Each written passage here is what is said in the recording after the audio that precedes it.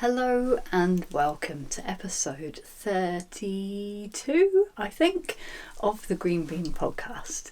I'm really glad you're here. Welcome. My name's Katie.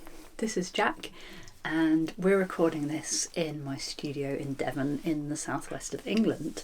An especially warm welcome if it's your first visit, and if it's not your first visit, you probably noticed things are looking a little bit different in here today. I've been in the process of refurnishing and reorganising my studio, and so I've got a different setup, and everything behind the camera is slightly still in chaos, and that's okay. It's a work in progress, but I'm really happy with how things are coming together. It's something that I've wanted to do for a long time. I only have quite a small space to work in, and as you'll know if you've been here for a while, I normally have several different creative projects on the go at any one time.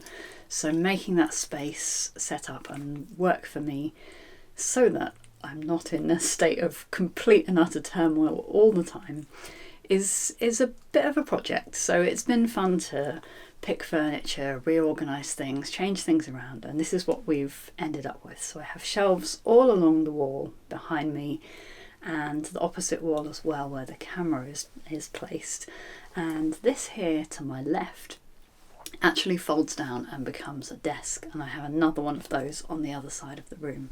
So loads of workspace, but also space that I can tidy it up and put it out of sight when I'm not working on it. So I'm really pleased with how it's coming together. But I say it's a work in progress because it's just basic furniture from IKEA, and it's perfect in a lot of ways. I love the fact that you can rearrange it and put all the shelves at different heights, but what I wanted was specific storage boxes and that kind of thing that's just right for all my different art supplies, and I couldn't find anything to buy that was exactly what I wanted and looked nice.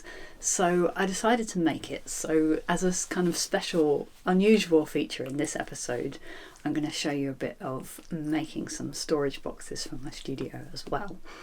But before we get to that, I've got some drawing to share with you, as always, a bit of knitting, a bit of sewing, and a beautiful walk out on Dartmoor. The Dartmoor is just amazing at the moment. I took you to some of my favourite woods to show you the bluebells because it's just the perfect time of year for that. So settle in with a drink and a project, and I hope you enjoy the episode.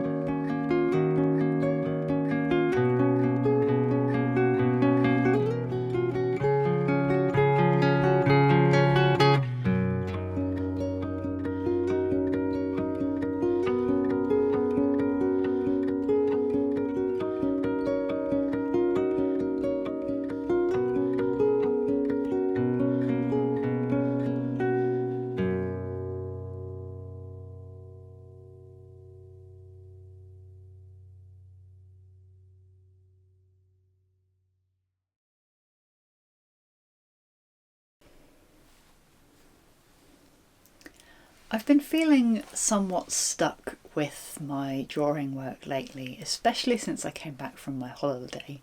And I thought, rather than try and pretend that that's not what's going on and show you something, I don't know, something perfect and wonderful, I thought I'd actually talk a little bit about what's going on with that for me and how I'm working through it. Because, you know, you're here for the real stories. I think I'm not interested really in making a podcast that makes it seem like my life is different than it is. And that means that I've always wanted to be pretty honest with you about, you know, things in terms of how long they take, the time that I spend on things, but also when things are difficult.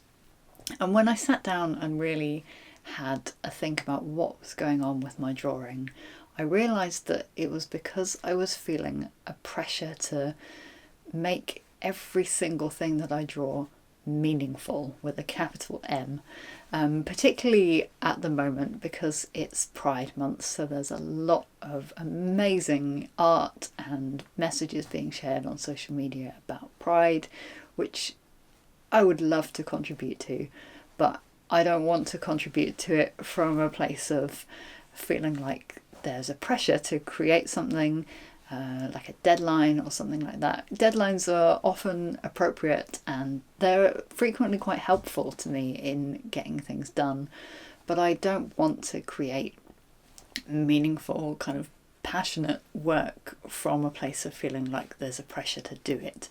I feel like that doesn't get the best from me, and it's a shame. But also I realised that putting that pressure on myself to always make everything I do have some deeper meaning was really getting in the way of me just diving in and enjoying things just for the sake of them, which is something I don't give myself permission to do very often because I'm so busy and I'm trying to make things to run my shop. I do work for clients every now and then. All of that kind of stuff makes it feel like drawing just for fun is in some way a waste. And of course nothing is ever wasted when you're creative. There's always kind of different thoughts and processes going on in the background. Whatever you're doing, you might learn something new. So there's nothing that doesn't have value in that sense. But I don't know, I was getting kind of tangled up in my thoughts, giving myself a hard time, and mostly not drawing. So I tried to challenge myself by giving myself permission to draw a comic entirely for fun with no deeper meaning behind it at all. And because we've had some lovely warm weather lately, I've been out swimming a couple of times in my favourite, I've got a few favourites, but my particular favourite swimming hole up on Dartmoor. And the night after my last swim, I came home and I had a dream that there were whales in the pool. And the pool is only quite small, so it's not an ideal habitat for whales. I'm not sure there's even any fish there. There are definitely newts, lots and lots of newts and frogs, but I'm not sure there are any fish up there. I don't know how they would have got there. Definitely no whales. So this was a kind of very surreal and bizarre dream, and it was just like a fleeting moment, a memory, and I really wanted to capture it. So I decided to let myself do a hand-painted comic of that weird dream that I had. And because I knew it was time for me to make a podcast, I decided to record the whole process from start to finish. Now, obviously, it takes longer to do a painted comic than I can show you in this short video, mostly because I leave the layers of ink to dry between different applications, because the inks that I use are acrylic based, so once they're dry, they're permanent, unlike watercolours, which once they're dry, if you add another wet layer on top, the colours underneath will bleed into each other. These inks don't work like that, so you can build up layers but without muddying the colours underneath, which I really like. So what I've put together is a kind of edited highlights of the creation of this comic, from storyboard right through to this final artwork. and I'm just about to, you can see me fiddling with this pencil here. I'm almost finished, so I'm about to add some pencil details. But before I dive in with that, I thought I'd talk you through a little bit of the process that I use when I make a comic. So it always starts with a storyboard, and quite similar to storyboards for films, I guess. It's just a rough plan of how you're going to lay out the story across the frames. So at that stage, you'll be deciding what size the frames that you're going to draw in are going to be, and what the image and words are going to be in each of those frames. And that's really important to lay out at this stage, because it gives you a sense of how much space things are going to take up, particularly if you're going to include something like speech bubbles, text that needs to be included as part of the image. You need to have a sense of what that dialogue is going to be, so you know how much space to leave. There's nothing worse than coming to put a speech bubble in a comic panel and finding that you don't have enough space in that drawing for the words that you want to put in. So that kind of rough stage happens, and then once I'm satisfied with the drawing of the storyboard, I'll then move on to the real comic, whatever medium I'm using. In this case, inks, so I'm using a hot pressed watercolour paper. That just means that it's got a nice smooth surface to work on, and I will sketch out the comic in pencil very, very loosely, because this ink approach that I'm using is quite relaxed and loose. I only really want the very minimal kind of lines for the pencil sketch. I don't want to add too much detail, because that all kind of comes later. So just basically the shapes and outlines of where things are going to go, and then I can dive in and start working into it with the inks. So I hope you enjoy watching and seeing this little comic come together. As I say, it's very edited highlights. It certainly shortens the process from start to finish, but nonetheless, I hope you enjoy watching it.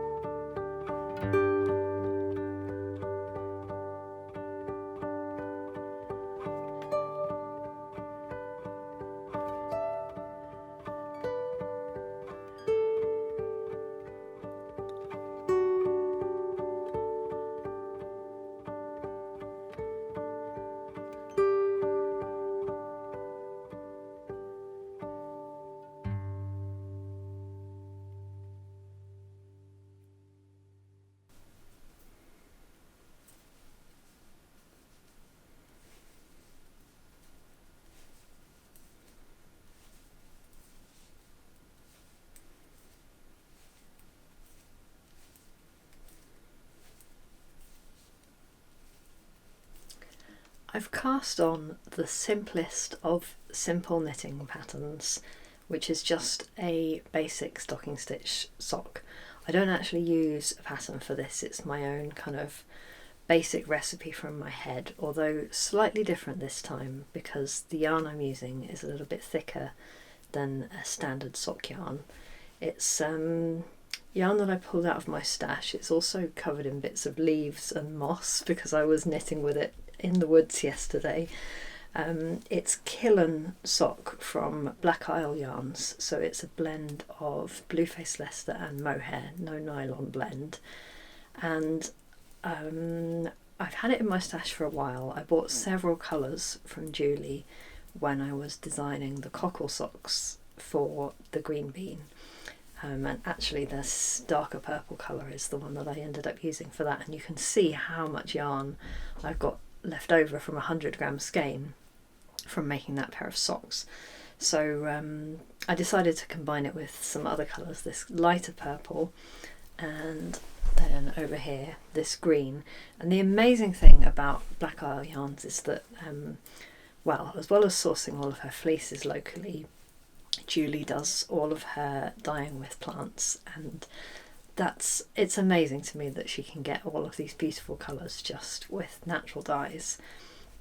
So I picked these 3 shades just because I liked the way that they looked together, but I realised when I took my knitting to the woods that I've actually accidentally cast on a very seasonal knitting project. They're the exact colours of the bluebells that are just abundant and filling the woods with magic at the moment. So it was lovely to sit there and spend some time knitting amongst the bluebells on a pair of socks that look like they belong in that habitat. It's just so nice, and it's really nice to be knitting something that is just plain stocking stitch.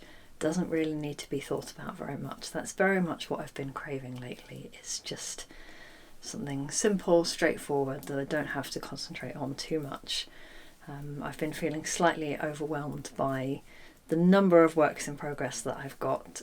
I've got a couple of designs that I'm working on behind the scenes as well, and those all take up quite a lot of brain space, shall we say, but also they're a different kind of knitting. I don't know if you find this. There are certain kinds of projects that I can work on when I'm in conversation or in company with somebody, or when I'm watching TV, and most of the projects I have on the needles currently are not things that I can work on while I'm talking to someone, podcasting or watching TV.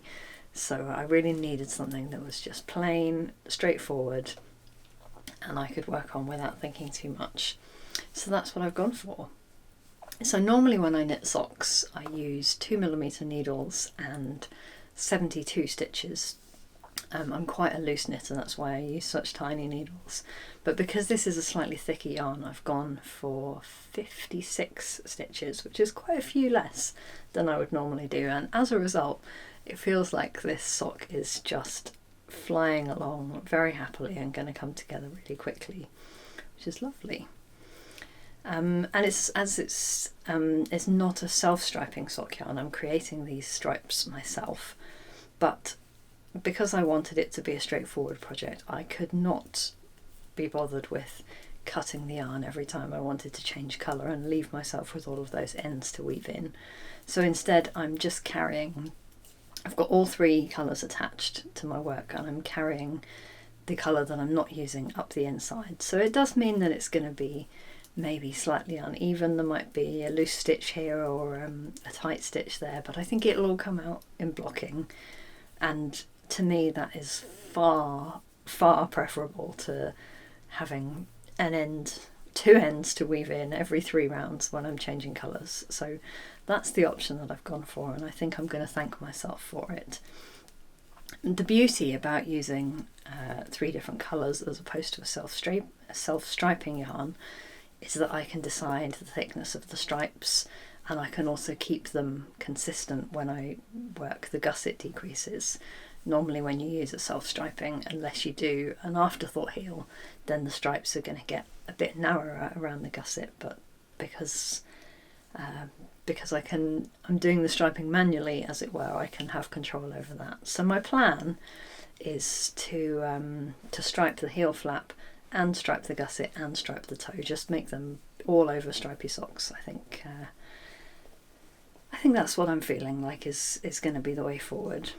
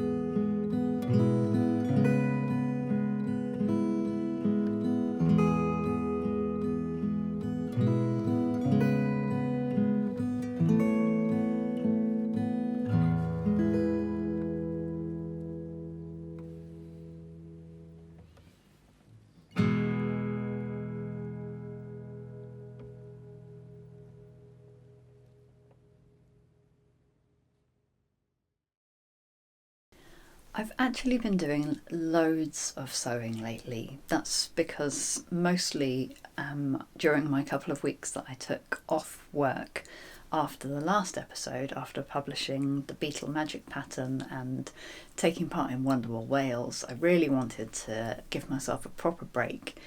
And during that time, I just allowed myself to have a bit of a sewing party. So those of you who follow on Patreon will have seen the things that I was making, and I posted them on Instagram as well. I made a green fitted shirt with flat felled seams, which had various kind of things that went wrong along the way. So that was quite an epic project. I also made a pair of pink tweed tailored trousers, which I am so incredibly proud of. So I did quite a lot of kind of intense, quite technical sewing, and I am planning to make a waistcoat to go with the pink trousers. But after finishing that project, I was really craving something kind of quick and relaxing, and really something that I could start and finish in one day. And that seems to be the theme of this episode, the need for kind of palette cleansing, instant gratification projects. And what I do when I'm in the mood for cutting out sewing patterns, I tend to cut things in batches and keep them stored ready, because I don't enjoy the process of cutting very much. So I feel like I need to capitalise on it when I'm in the mood for doing it, to get a few things cut out. And in this case, I'm talking about patterns that I've made before that I know fit and I'm confident with sewing them, not things that I'm maybe trying out for the first time or haven't made before, but things that I've made over and over again. I like to batch cut them so that when the mood takes me to sew them, they're right there and ready.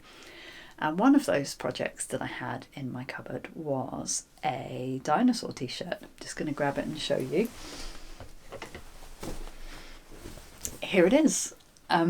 So I had this kind of sequined panel, and it's one of those ones where if you stroke it, the dinosaur changes colour. It's not going to do it while I'm holding it up. So let me show you. Here we go. You can have either a green dinosaur or a blue and silver dinosaur. And I thought about having blue sleeves for it, but I decided that I liked the green because it shows off the green of the dinosaur quite nicely. And then a contrasting navy blue neckband. So the pieces were all cut and ready. It took me half a day to put it together. I was pretty pleased with it. Very satisfying, nice straightforward sewing, delighted with it. And then I decided that I wasn't satisfied with just having one garment in a day. I wanted to make a bottom to go with it as well. I decided to just go with a really straightforward skirt, which I drafted myself. And by drafted, I'm maybe being a bit generous there. I cut 2 large rectangles of navy jersey, put some pockets in the side, and then kind of folded over the waistband to make some channels for elastic, so it gathered it in at the waist, and then it was just a straight basic jersey skirt. Very straightforward. I was pretty happy with it in terms of fit, but when I wore it with the dinosaur t-shirt, it didn't feel like it was quite the right thing for the outfit. It was fine, but it didn't feel kind of playful and fun enough. So having worn it as a skirt for a couple of days, I changed my mind. I unpicked the waistband a little bit, pulled the elastic out of the channels, laid the whole thing flat on the table, and then cut it in half, right up the middle, to turn it into shorts. And again, I kind of made it up as I went along. I took the pattern pieces that I used for my tweed trousers to scoop out a kind of crotch shape, and then I had to unpick the channels at the waistband to sew around the crotch seam, just to make sure that I didn't block off the channels for the elastic when I sewed the seam. I'm not sure that completely makes sense, but I wanted to make sure that instead of having to redo the waistband, I could reuse the channels that I'd already made, and that meant that the seam needed to not close them off. So I did a kind of bit of unpicking and restitching around the waistband, and that's it. Once the crotch seam and the leg seams were sewn together, I popped the elastic back in, tried the shorts on. Incredibly, they fitted, which I think is some kind of stroke of immense luck, given that I completely made them up from scratch. And then once I had them on, I rolled them up to figure out what length I wanted to cut them to, cut a little bit of length off the bottom, added a new hem, and I have a pair of shorts. And as I say, I'm incredibly surprised and delighted with how well they turned out, given that they started life as a skirt and then got turned into shorts, and none of it was planned. So I feel like the sewing gods were very kind to me on that project. And it's been great, especially because the weather's been so hot here lately. It's been really nice to have a pair of just soft, comfortable shorts that I can wear out for walking on the moor, that kind of thing. So I feel very satisfied, like my instant sewing itch has been dealt with, and I've added a couple more basics to my wardrobe, and now I feel ready to go back and do what I would call more kind of serious sewing. I'm ready to tackle the waistcoat next. So yeah, it's been fun to kind of change the pace a little bit, and I'm ready for the next thing.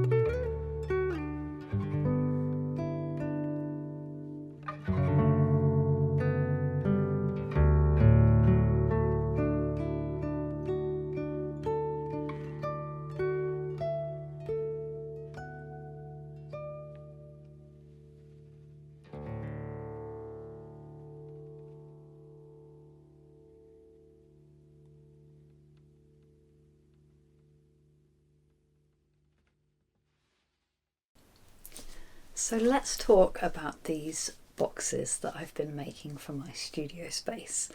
As you can see, I'm already making pretty good use of the shelves behind me. Up to the side here, I've got a selection of project bags for knitting works in progress and crochet and embroidery and all those kind of things. Down to my left here, okay, right now there's a couple of project bags down there too, but I've set up some quite narrowly spaced shelves that are really good for scratch board, different kinds of paper, that kind of thing, keeping them all flat and level.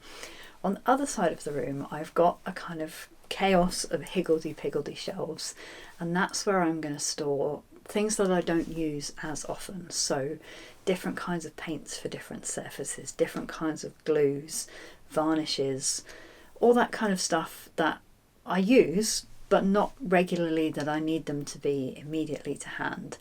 And I'm also making boxes for a space that you can't quite see behind me, that I've set up almost like a chest of drawers for the things that I do use really regularly, like my inks, pens and pencils, scratchboard tools, that kind of thing. I want to have drawers for storing those things, but I want them to be exactly the right size and shape for the objects. And like I said, I couldn't find what I wanted for a reasonable price, so I decided to make them. And fortunately, I think I got inspired in the process of my tidying up and clearing out, because I came across my old bookbinding supplies. When I was at art college, I used to make all of my own sketchbooks. I did quite a lot of bookbinding, so I have supplies of things like book cloth, glue, the thick recycled board that you use to make a hardback cover, that kind of thing. And you can make quite sturdy, quite pleasing cardboard boxes with the same kind of techniques. It's not something I had tried before, but I figured it couldn't be that different from making a hardback book. So I just threw myself in the deep end and had a go. And I've been really, really enjoying the process. So you begin by working out obviously the shape and size that you need for a base, and then adding the sides. I've been adding dividers in there as well. And then you tape that basic shape skeleton of your box together. I actually I made myself a little corner former out of Lego, because Lego is really great because it has really precise right angles, so it was really good for kind of butting up against the corners and lining the cardboard up exactly to make right angles. It was very, very pleasing. So once you've got that, then you work out the shape that you need of the book cloth to cover it. So I started by drawing around the base and then expanding out from there. And it takes a little bit of like 3D forward thinking to think about which bits are going to fold over, who needs flaps to tuck under which edge of what. And it's a little bit of a headache and slight trial and error. There have been some errors, but mostly it comes together. And then once you get to the stage where you can slap on the glue and start folding all the pieces in, it's incredibly satisfying. So yeah, I've gathered a bit of footage of myself doing that and assembling a box to put my inks and paintbrushes in, which is going to be very pleasing for when I finish the whale comic that I showed you, that I get to tidy those inks and brushes away back into a box that is just right for them, and it's going to be incredibly satisfying.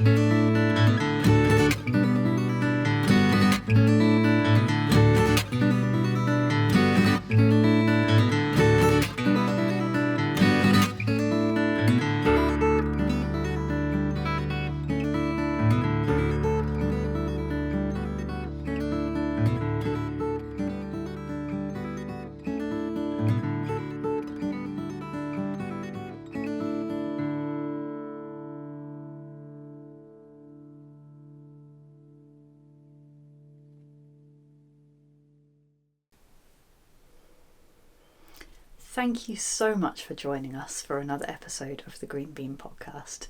I really hope that you've enjoyed spending time with us here, both in my studio and out on Dartmoor with us. If you have enjoyed the podcast, I'd love you to consider supporting it over on Patreon. It actually takes me 3 or 4 days to create and edit one of these episodes, and I love doing it, but it is only possible thanks to the generous support of folks over on Patreon. I have a few different tiers of support on offer, and all of them give you access to different kinds of extra content, behind the scenes footage and more episodes. So I hope you'll enjoy the offerings that I've got over there, and consider supporting us. I would really appreciate it. So that's all for this episode. Between now and next time, if you want to stay in touch, obviously you can find me on Patreon, you can find me on Instagram at KatieGreenBean, and you can find the details down below for my newsletter and my shop where I sell my illustrated goodies. So again, thanks for watching, and I will see you very soon. Take care. Bye.